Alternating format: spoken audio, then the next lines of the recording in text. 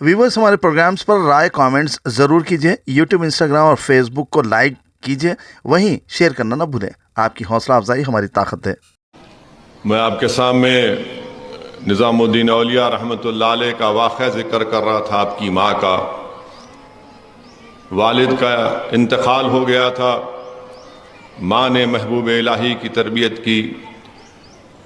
और निज़ामुद्दीन औलिया रहमतुल्लाह अलैह लिखते हैं कि बाज़ वक्त हमारे घर में ऐसा भी वक्त आ जाता कि खाने के लिए एक दाना भी नहीं रहता।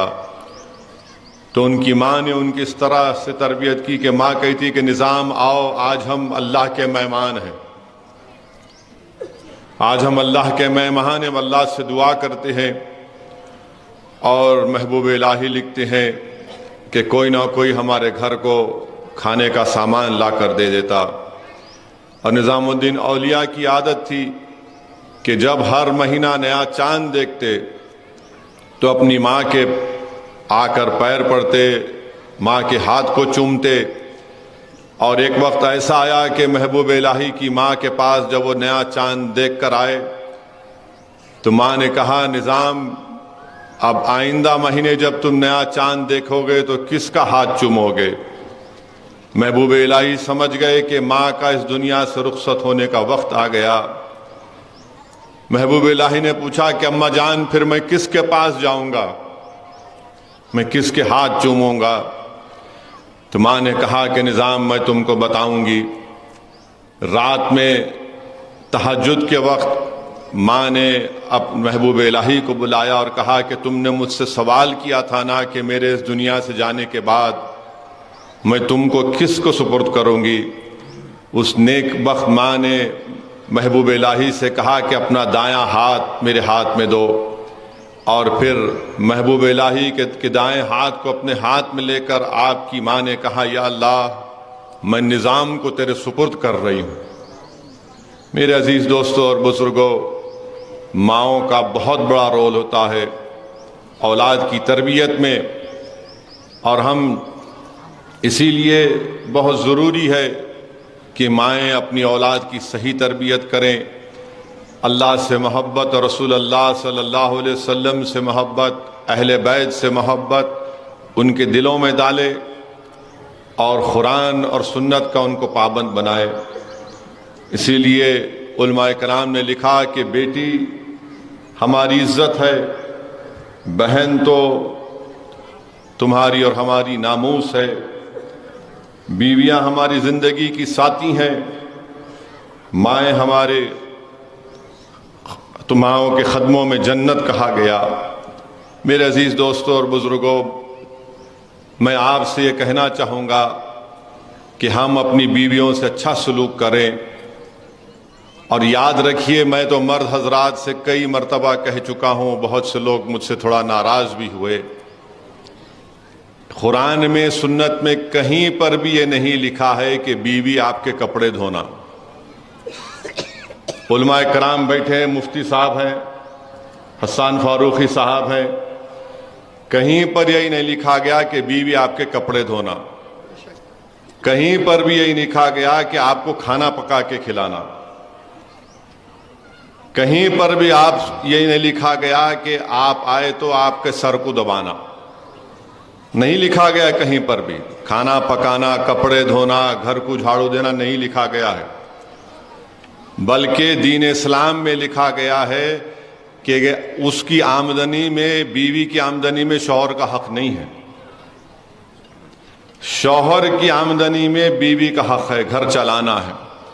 और बल्कि अल्लाह के रसूल सल्लल्लाहु अलैहि वसल्लम की हदीस शरीफ मैं खुद सुना हूँ और पढ़ा हूँ, अगर शौहर घर में नहीं है और घर की ज़रूरियात को ज़रूर ये तकमील करना, तो बीवी शौहर के पैसे लेके इस्तेमाल भी कर सकती है। और अगर बीवी अपने पैसे शौहर घर में इस्तेमाल करती है तो उसका अजर है आखिरत में। तो ये हमारे पास दिमाग बैठा हुआ है, खाना पकाए नहीं पकाए, नमक ज़्यादा डाल दिए, मिठा नहीं बनाए। मेरे भाई, ये इस्लाम है, ये कहीं पर भी। और फिर जो मर्द हजरात अपनी बीवियों को जुल्म करते हैं, और अफसोसनाक बात यह है कि बाज़ वक्त मारते भी हैं, اگر آپ رسول اللہ صلی اللہ علیہ وسلم کے سچے اور پکے چاہنے والے ہیں، ان کے غلاموں کے غلام ہیں، بتاؤ مجھے کہ کہاں پر رسول اللہ صلی اللہ علیہ وسلم نے کسی ہماری امت کی ماں کو کبھی ہاتھ اٹھایا؟ بتائیے آپ، کہیں پر بھی نہیں ملتا ہم کو۔ اور پھر اپنے دفاع کے لیے بولتے نہیں نہیں وہ مسواک کی لکڑی۔ ارے مسواک کی لکڑی وہ ہے وہ، مگر یہ بتاؤ کہ اللہ کے رسول صلی اللہ علیہ وسلم نے کچھ کیا؟ ایسا نہیں کیا۔ تو اس لیے بہت ضروری ہے کہ مرد حضرات کو مرد بننا ہے۔ مردانگی اس میں نہیں ہے کہ بیوی پر غصہ کرنا غیر ضروری کے، مردانگی یہ نہیں ہے کہ غیر ضروری کے بیوی کو تانے مارنا۔ مردانگی یہ ہے کہ بیوی اگر غصہ کرے تو برداشت کر لینا۔ اور ایک صحابی رسول تھے، ان کے گھر میں بیوی زیادہ ذرا گرم بولتے تھے تو انہیں شکایت کرنے گئے۔ کس سے شکایت کرنے گئے؟ فاروق اعظم سے، جس کے تعلق سے اللہ کے رسول صلی اللہ علیہ وسلم نے فرمایا کہ اگر اللہ کو میرے بعد کسی کو نبی بھیجانا ہوتا تو فاروق اعظم کو بھیجاتا، مگر میں آخری نبی ہوں صلی اللہ علیہ وسلم۔ جس کے تعلق سے اللہ کے رسول صلی اللہ علیہ وسلم نے فرمایا کہ جس راستے سے فاروق اعظم چلتے ہیں شیطان بھاگ جاتا ہے۔ جس کے تعلق سے بتایا گیا کہ ایک مرتبہ فاروق اعظم نے شیطان کو پکڑ کر زمین پر لٹا کر اس کو مارا۔ وہ صحابی رسول صلی اللہ علیہ وسلم فاروق اعظم کے گھر کو گئے، وہاں جا کر کیا دیکھا کہ ان کے گھر میں ان کی بیوی ذرا گرم آواز میں ان سے بات کر رہی۔ بولے بھائی میں اپنا معاملہ سنانے گیا، یہاں پر تو وہی ہے۔ تو خیر جب وہ جانے لگے تو فاروق اعظم باہر آئے، اس صحابی رسول صلی اللہ علیہ وسلم بلا کر کہا کیا ہے؟ انہیں کہا میں اپنی بات کرنے آیا، آپ کے گھر میں یہ دیکھا۔ تو فاروق اعظم نے کیا کہا؟ بیوی ہے میری، میرے گھر کی عزت کی حفاظت کرتی ہے، میرے بچوں کو پیدا کیا تکلیف سے، میرے بچوں کی پرورش کرتی ہے۔ انسان ہے اگر کبھی کچھ بول دے تو کیا بات ہے، میں اس کو سن لیتا ہوں۔ میرے بھائی یہ مزاج پیدا کریے۔ ہمارے پاس تو ایسا ہے کہ اگر کوئی پلٹا کے بیوی کچھ بول دے، ہاں میرے کو پلٹا کے بول رہے۔ میرے بھائی رسول اللہ صلی اللہ علیہ وسلم کی سنت ہے۔ رسول اللہ صلی اللہ علیہ وسلم نے فرمایا، امت کی ماں حضرت عائشہ صدیقہ رضی اللہ تعالیٰ عنہ سے فرمایا کہ میں جانتا ہوں کہ آپ کب خوش ہوتی ہیں اور آپ کب غصے میں رہتی ہیں۔ بی بی عائشہ نے فرمایا بتائیے رسول اللہ صلی اللہ علیہ وسلم۔ اللہ کے رسول صلی اللہ علیہ وسلم نے فرمایا کہ جب آپ خوش ہوتی ہیں تو رب محمد صلی اللہ علیہ وسلم کی قسم کھاتی، جب آپ تھوڑا غصے میں ہوتی ہیں تو آپ رب ابراہیم صلی اللہ علیہ وسلم کی قسم کھاتی۔ میرے بھائی اللہ کے رسول صلی اللہ علیہ وسلم نے امت کی ماں کے ساتھ ریس لگائی، ریس ہوئی تھی۔ پوچھئے علماء اکرام، حسان فاروقی صاحب ریس ہوئی۔ ہم کیا کرتے ہیں؟ سارے رات بھر چورستے میں بیٹھ کے دوستوں سے باتاں کریں گے، 12-1 بجے گھر کو جاتے ہیں، بیچاری بیوی انتظار کر رہی کہ کب آئیں گے ہمارے شوہر۔ آتے کہ انہیں بولتے نہیں سوئے اب تک تم؟ وہ بیچاری اماں انتظار کر رہی کہ بیٹا کب آتا۔ میرے بھائی یہ چیزوں کو سنو، سمجھو، اپنی زندگیوں میں انقلاب پیدا کرو۔ اور ہماری ماؤں سے میں اپیل کروں گا، آپ کے سامنے ایک زندہ مثال پیش کر رہا ہوں۔ 20,000 بچے غزہ میں شہید ہو گئے، 20,000 بچے غزہ میں شہید ہو گئے۔ آپ ایک عورت کا ویڈیو دکھاؤ میرے کو جو شکایت کر رہی ہے، ایک ماں کا ویڈیو دکھاؤ جو شکایت کر رہی ہے۔ سب یہی کہہ رہے ہیں حسبنا اللہ و نعم الوکیل انا للہ و انا الیہ راجعون۔ سب یہ کہہ رہے ہیں کہ میں نے مسجد اقصیٰ کے لیے اپنی اولاد کو قربان کر دیا۔ سب یہ کہہ رہے ہیں کہ ہم نے اس بربریت کے خلاف، ان ظالموں کے خلاف نہیں جھکنے کے لیے اپنی اولاد کو قربان کر دیا۔ اپنی اولاد کی ایسی تربیت دو۔ یاد رکھو وطن عزیز میں بھی اگر ظلم بڑھے گا تو ان ماؤں کو اپنی اولاد کو اس طرح بہادر بنانا پڑے گا۔ 20,000 بچے مسجد اقصیٰ اور بیت المقدس کے لیے اپنی جانوں کو قربان کر دی، اور ماؤں نے قربان کر دیا اپنی اولاد کو۔ मासूम बच्चे हैं 6 महीने के, 1 साल के, 2 साल के। कम से कम लोग डेटा बोलता है, लोग बोलते हैं कि हजारों की तादाद में बच्चे यतीम भी हो चुके हैं। आज अल्हम्दुलिल्लाह आप सुकून में, अमन से अपनी जिंदगी को गुजार रहे हैं। मेरी उन माओं से, उन बहनों से, उन बुजुर्गों से अपील है कि भारत की मस्जिदों को आबाद रखिए। हर बाप की जिम्मेदारी है कि जब बच्चा बड़ा हो जाए तो अपने साथ औलाद को सिर्फ जुम्मे के दिन या ईद की नमाज में या रमजान में नहीं बल्कि रोज मस्जिद को लेकर जाओ आप। मैं बार बार कह रहा हूं मस्जिदों को आबाद रखो। मैं जब ये बात करना शुरू किया 1-1.5 महीना पहले तो मंदलिस के मुखालिफिन ने कहा कि असदुद्दीन ओवैसी जज्बाती बात कर रहे हैं, डरा रहे हैं। अरे जालिमों, मस्जिद को आबाद करना मेरा फरीजा है, अगयारों का नहीं है। मस्जिद को आबाद तो वही लोग करेंगे जो अल्लाह पर ईमान रखते, अल्लाह से डरते और आखिरत पर यकीन करते हैं और अल्लाह के सिवा किसी से नहीं डरते। तो अपनी मस्जिदों को आबाद रखो। दिल्ली में 600 साल पुरानी मस्जिद को शहीद करके रख दिए। अब आप देख रहे तमाशे जो हो रहे हैं कि किस तरीके से मस्जिद को छीन लिया जाए। लोग तनकीद करते हैं, मुझे परवाह नहीं है उसकी, भाड़ में जाए वो लोग। मैं तुम्हारी तनकीदों से अपनी जबान को मैं ही बंद करूंगा। तुम अगर ये समझ रहे हो कि मुझ पर गाली देने से, तनकीद करने से, हो तो झूठ है। अरे खबर में तुम मेरी नहीं आओगे, आखिरत में तुम मेरा हिसाब किताब तुम नहीं करोगे, अल्लाह करेगा।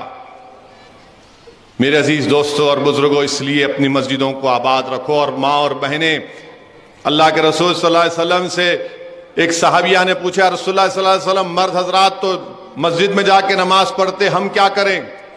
तो रसूलुल्लाह सल्लल्लाहु अलैहि वसल्लम ने फरमाया कि अगर आप घर में नमाज पढ़े तो उसी तरह आपको सवाब मिलेगा जो मस्जिद में बाजमात जाकर नमाज पढ़ता है।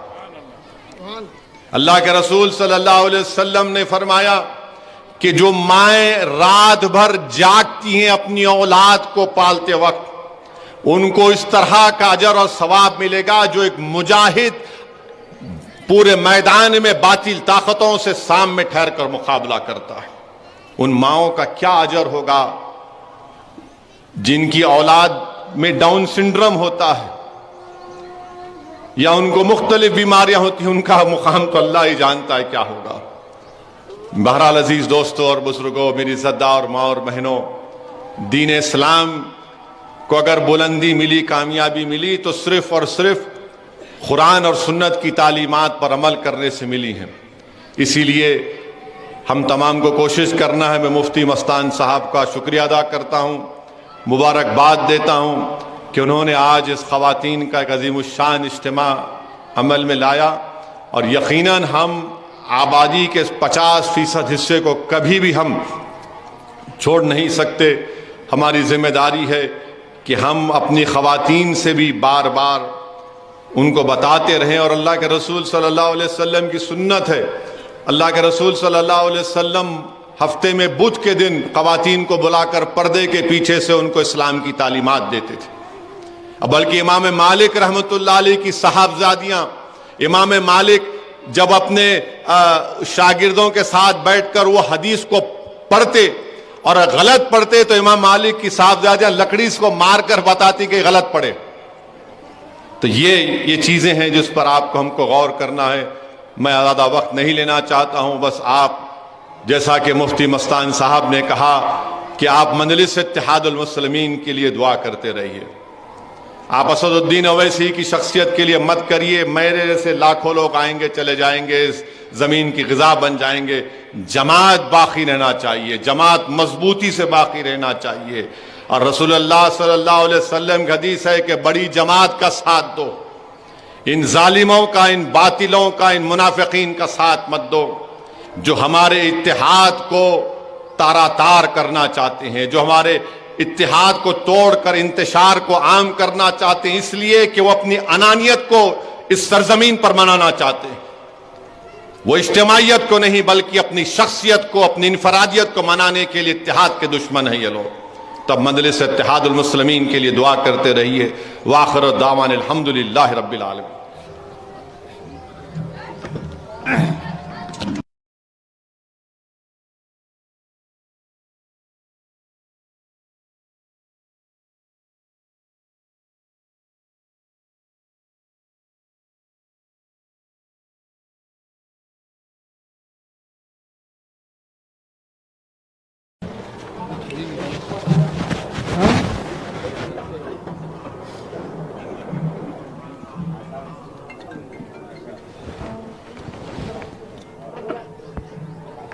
PhD کے